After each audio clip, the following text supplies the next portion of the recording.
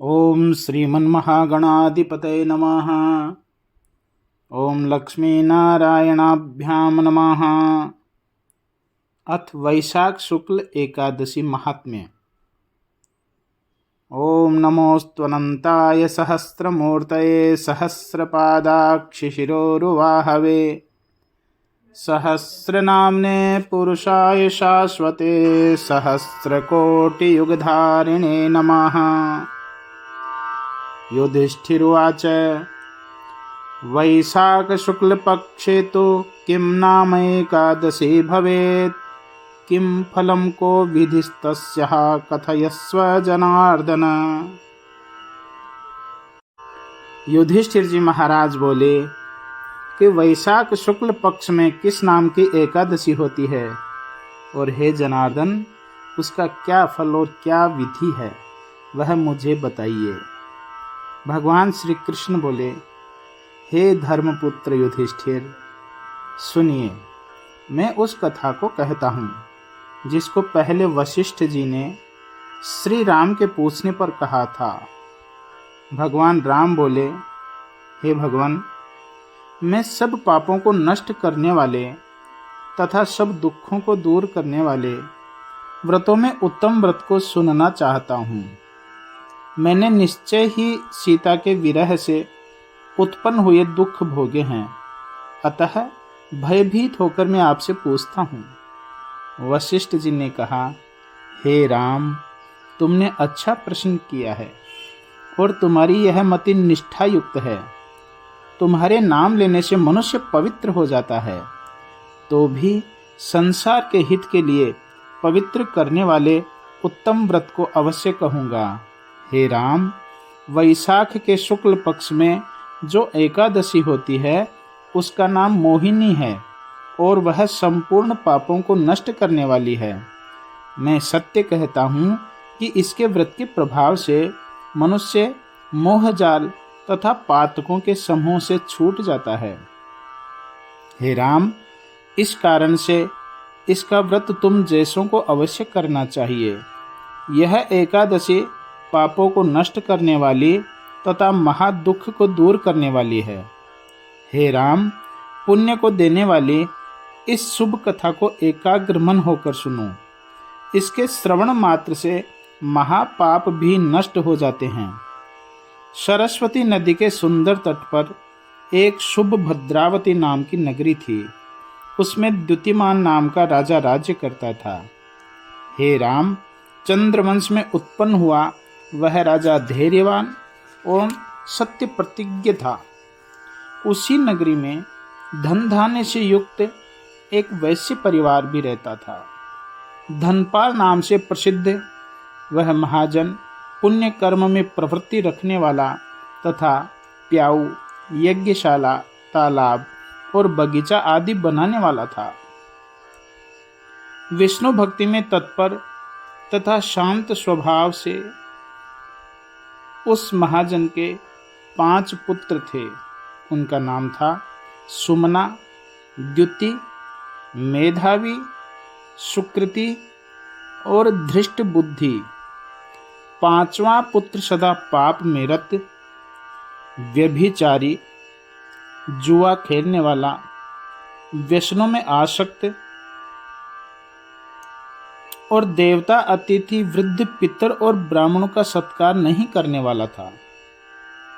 अन्याय करने वाला, दुष्टात्मा, पिता के धन को नाश करने वाला, न खाने वाली वस्तु को खाने वाला, पापी और सदा मदिरा पीने वाला था।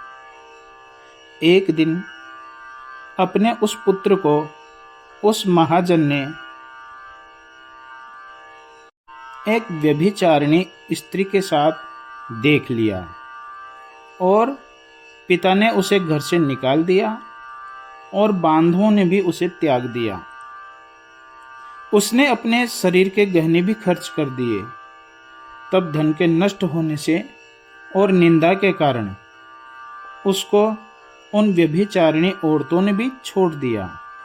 इसके बाद वस्त्र से रहित और भूख से पीड़ित होकर उसने विचार किया कि मैं क्या करूं और कहाँ जाऊं। तथा किस उपाय से जीवन व्यतीत करूं। फिर वह उसी नगरी में चोरी करने लगा। तब राजा के सिपाहियों ने उसे पकड़ लिया, किंतु पिता के गौरव से छोड़ दिया। फिर उसको बांध लिया और संभ्रम के कारण छोड़ दिया। तब राजा ने दुराचारी दृष्ट बुद्धि को मजबूत हथकड़ी और बेड़ियों से बंधवा दिया तथा कोड़ों से मारकर उसे बार बार पीड़ित किया और कहा कि हे दुष्ट, तू हमारे देश में न रह, कहीं बाहर चला जा। ऐसा कहकर राजा ने उसे दृढ़ बंधन से छोड़ दिया और वह पिता के धन से खेलने वाला दुष्ट बुद्धि डर के कारण घने वन को चला गया। भूख प्यास से दुखी होकर वह इधर उधर दौड़ने लगा और सिंह के समान मृग, सुअर और चीतों को मारने लगा। वह उनका मांस खाकर सदा वन में रहता और हाथ में धनुष बाण लिए रहता तथा कमर में तरकस बांधे रहता। वन में चरने वाले पक्षियों, चौपाई जानवरों तथा चकोर, मोर, कंक, तीतर और मूषकों को मारता रहता। वह घृणाहीन दृष्ट बुद्धि नित्य इनके अतिरिक्त और जीवों को भी मारता। इस प्रकार पूर्व जन्म के पापों से वह पाप रूपी कीचड़ में डूब गया। दुख और शोक से युक्त वह रात दिन चिंता करने लगा और एक दिन उसके पुण्य का प्रतिफल मिलने के लिए पुण्य जागता है और वह कौंडिन्य ऋषि के आश्रम में पहुंच जाता है। शोक के भार से पीड़ित वह दृष्ट बुद्धि वैशाख के महीने में स्नान करने वाले तपस्वी ऋषि के पास गया और ऋषि के वस्त्र के जल की बूंद के स्पर्श से उसके पाप नष्ट हो गए और वह पाप रहित कौंडिन्य ऋषि के आगे स्थित हो हाथ जोड़कर बोला, हे ब्राह्मण, ऐसा प्रायश्चित बतलाइए जो बिना उपाय के ही हो जाए, क्योंकि जन्म भर के किए हुए पापों के प्रायश्चित के लिए मेरे पास धन नहीं है।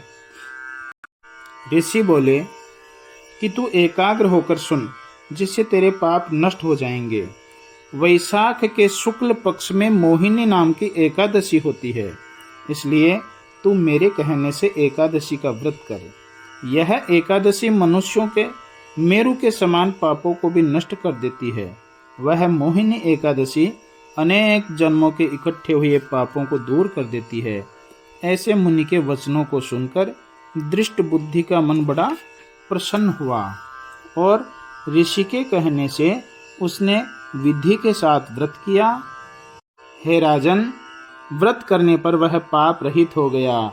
इसके बाद दिव्य शरीर वाला होकर गरुड़ पर चढ़कर सब उपद्रवों से रहित विष्णु लोक को चला गया। हे रामचंद्र, अंधकार और मोह को दूर करने वाला यह ऐसा व्रत है कि इससे अधिक कोई चराचर तीनों लोकों में नहीं है। यज्ञादि तीर्थ दानानि कलाम नारहन्ति षोडशीम पठनात् श्रवणात् राजन गो सहस्र फलम लभेत। यज्ञादि तीर्थ और दान उसके 16वें भाग के समान भी नहीं है। इसलिए हे श्री राम, इसके पढ़ने और सुनने से 1000 गोदान का फल मिलता है। बोलिए सच्चिदानंद भगवान की जय, श्रीमन्नारायण भगवान की जय। ओम श्री